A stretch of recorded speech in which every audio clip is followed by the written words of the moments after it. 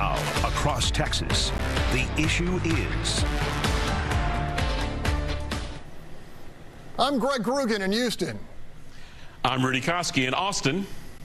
And I'm Stephen Dial in Dallas. And this is Texas. The issue is... We are 30 days out from the Texas legislative session in Austin, where this spring lawmakers will have an unprecedented pile of surplus money to spend. Over the past few weeks, the big three of Lone Star State government have begun sharing publicly their thoughts on just how all that extra cash should be invested. We have an extraordinary opportunity, unlike we have never had before, to chart the future of the state of Texas. A once-in-a-lifetime chance for transformative improvement made possible by a gargantuan $30 billion budget surplus. Literally $1,000 for every man, woman, and child in the Lone Star State.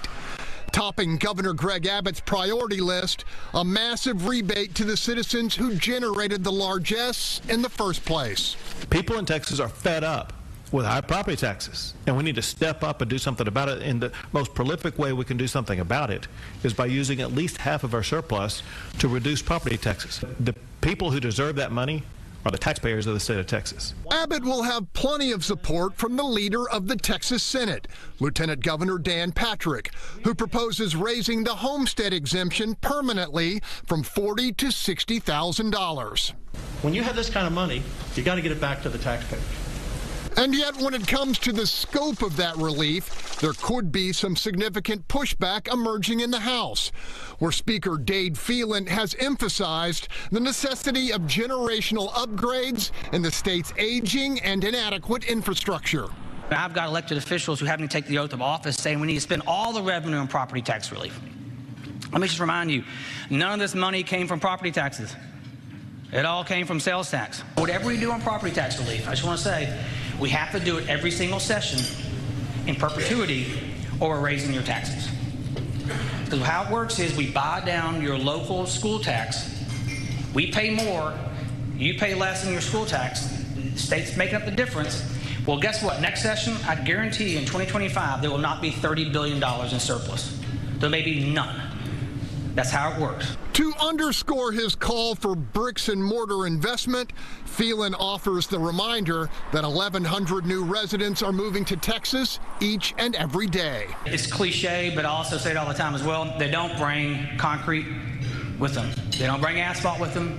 They don't bring public education teachers with them. They don't bring high-speed internet with them, drainage projects, fresh water. You see where I'm going.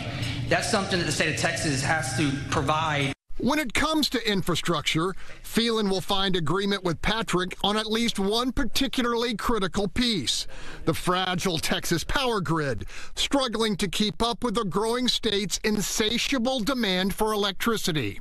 This Texas miracle, if you can't turn the lights on, you don't have a Texas miracle. But I don't even like the sound of maybe. I don't even like that sound. This is Texas. We got natural gas everywhere. It's cheap. We need to build more natural gas plants. And in case there's any lingering doubt, I personally cannot see myself leaving this building knowing that another Uri could happen. Also on Patrick's to-do list, in the aftermath of the Uvalde nightmare, a massive and, in his words, long overdue multi-billion-dollar investment in rural mental health care. This is something we have to do for our community.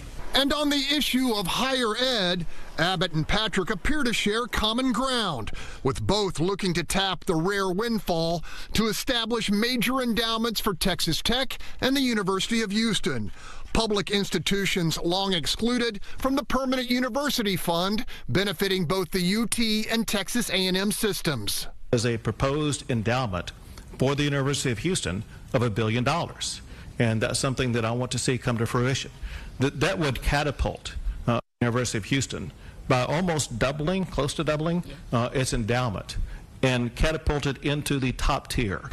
And what's hardest to fathom is that Texas, in this rare moment of surplus, has the cash to do it all and much more, and still bank unused billions for the challenges to come. This is a once-in-a-lifetime chance for everybody to be a part of this. Well, there you have it, Rudy. Give me one word to capsulize your impression. Gimmicks. All right, Stephen, how about you? What's your word? Money grab. All right, stay with us. The Fox Texas Trio will be right back.